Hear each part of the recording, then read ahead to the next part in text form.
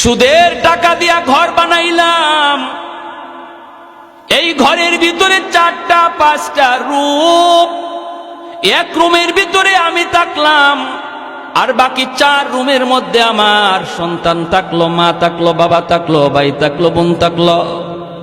আল্লাহ পাক রব্বুল আলামিন এই 5টা রুমের হিসাব আপনার কাছ থেকে একা নিব। যারা ছিল এরা ফাও ফাও ছিল, এদের কোনো হিসাব নাই, হিসাব দিবে তুমি একা।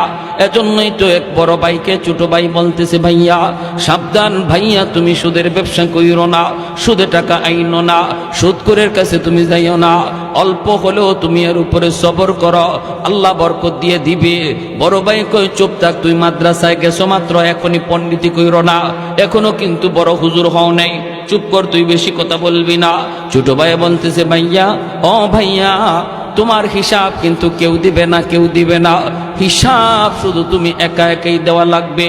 বড় ভাই কস কি তুই, আমি কষ্ট করে করে আইনা সবাইরে খাওয়াইলাম, আমার বিপদের সময় কেউ দাঁড়াবে না। কয় না, ভাবিও তোমার বিপদের সময় দাঁড়াবে না, ভাতিজাও তোমার বিপদের সময় দাঁড়াবে না, আব্বাও তোমার বিপদের সময় দাঁড়াবে না, আম্মাও দাঁড়াবে না, আমি তো দাঁড়াইমু না। ওই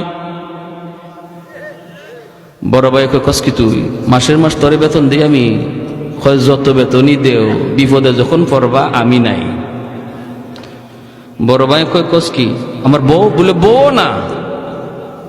কয় দূর হর, আমি এত কষ্ট করে ফালতেছি, আমার বিপদে দাঁড়াইব না। কত দুনিয়াতে পরীক্ষা করবা? বড় ভাই কয় পরীক্ষা কেমনে করবি? কয় দুনিয়াতেই তুমি বিপদ